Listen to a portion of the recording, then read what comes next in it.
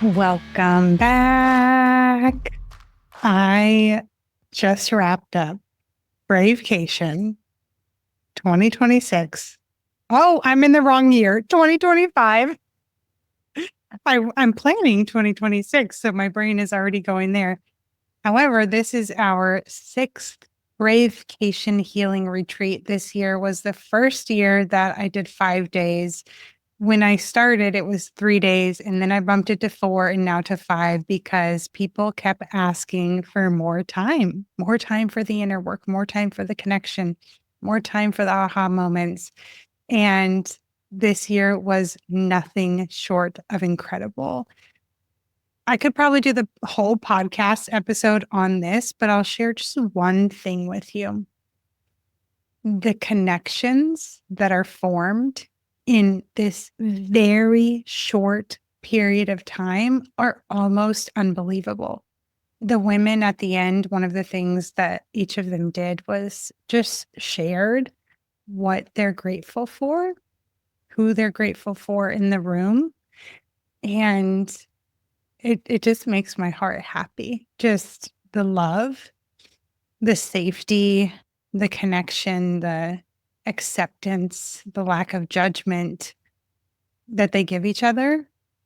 Several of the women were like, I do not have this at home.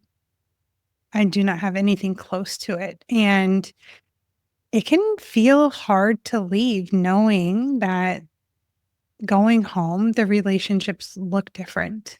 And you know what? Several of them came to, I'm going to create this.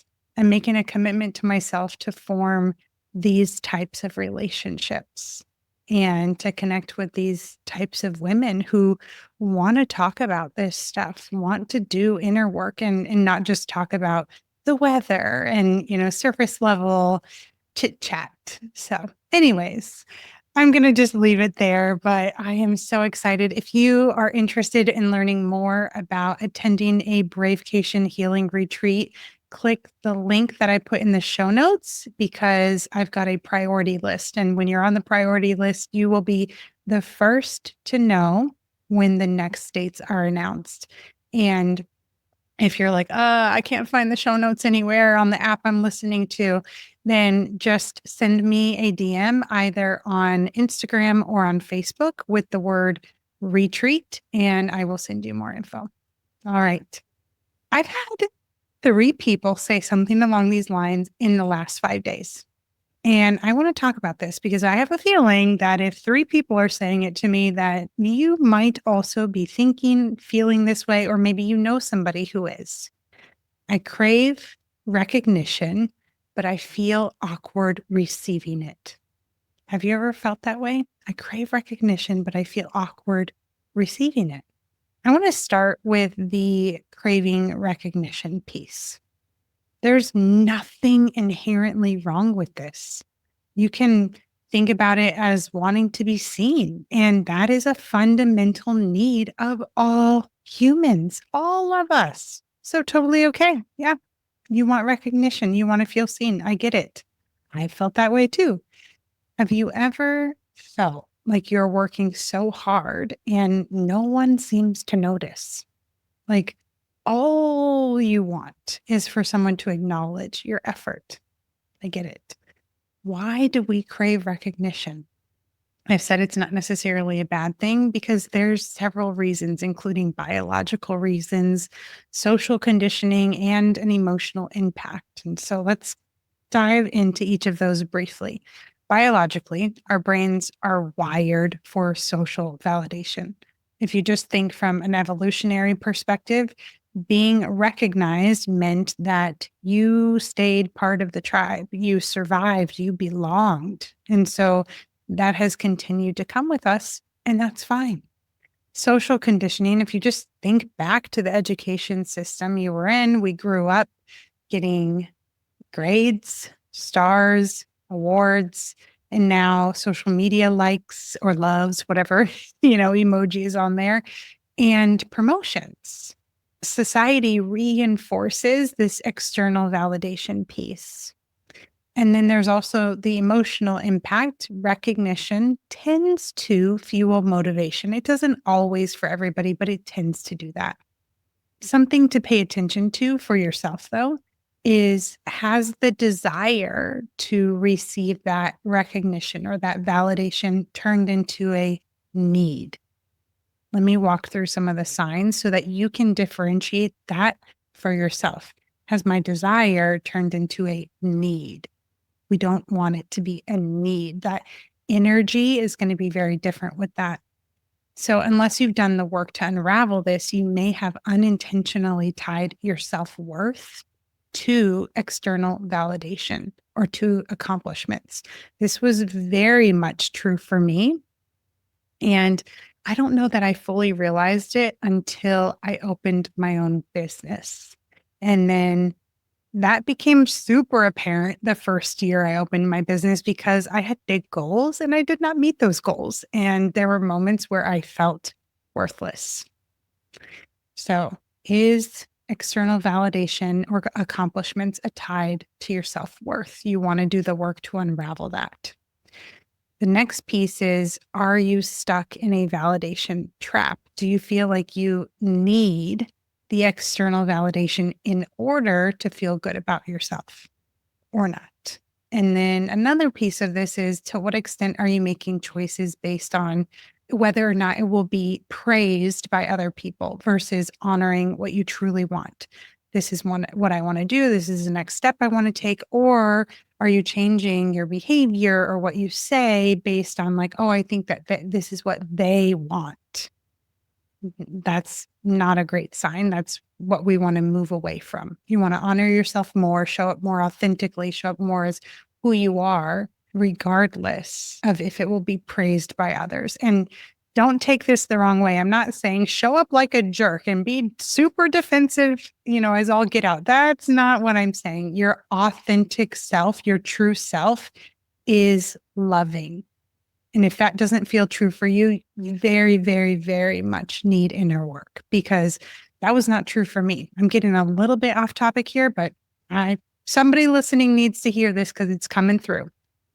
I used to be afraid to be my true self because, to be completely honest, now I know I didn't know who that was. I thought all of the things that I disliked about myself, I thought all of the not so shiny parts were part of who I was.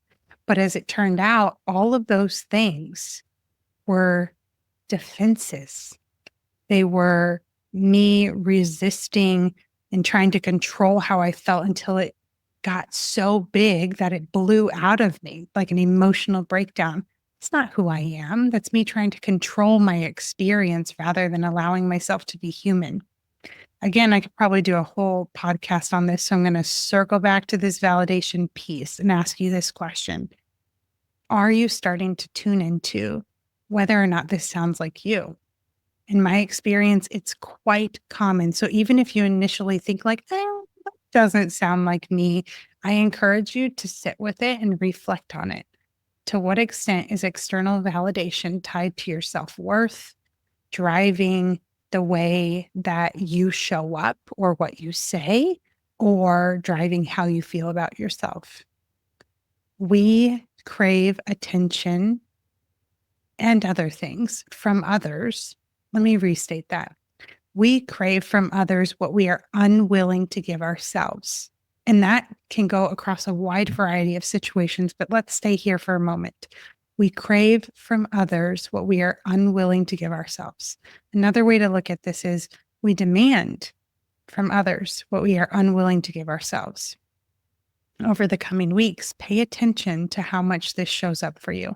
How much are you wanting somebody to tell you you did a good job or validate you in some way? And then ask yourself, how often am I giving myself appreciation?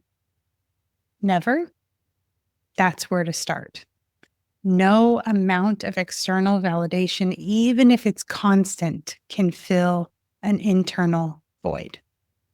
And if you're thinking, okay, you know what? Like, I do give myself credit more than I used to. Great. How genuine are you when you give it to yourself?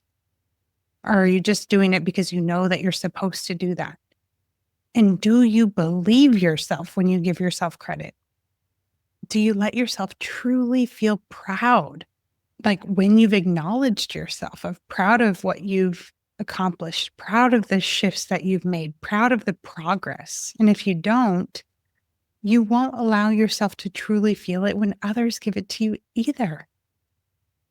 The next part of this is self acceptance. Accepting yourself is a key part of healing. And what do I mean when I say self acceptance? It's really accepting all of the not so shiny parts, all of the mistakes, all the things that you don't love about yourself, the things that you reject about yourself, and the things that you're good at, the natural talents you have, the things that come easy to you, the impact that you've had. Self acceptance is accepting all of you. I had a client the other day tell me that they had really only seen self acceptance talked about in terms of accepting like all the not so shiny things. And it's important to know and to realize that no, it includes the good things too. So often people are raised not to say that they're proud of themselves or not to acknowledge improvements that I made because you're boasting and you're getting too big for your britches and all those kinds of things. And I get it because that was a fear that my parents had and that they instilled in me. But here's the thing. The people who are showing up in this cocky way and they are, acting too big for their britches, their self-esteem is low. They're not actually accepting themselves. They're like saying it all out loud to try to get themselves to feel it on the inside, but they don't. And inside Brave Academy, you're going to learn all the tools that you need to increase your self-acceptance and to overcome all of those internal roadblocks that people tend to have about appreciating themselves. Remember, it is okay to desire recognition, appreciation, or validation from others. The most important part is that you separate your self-worth from it.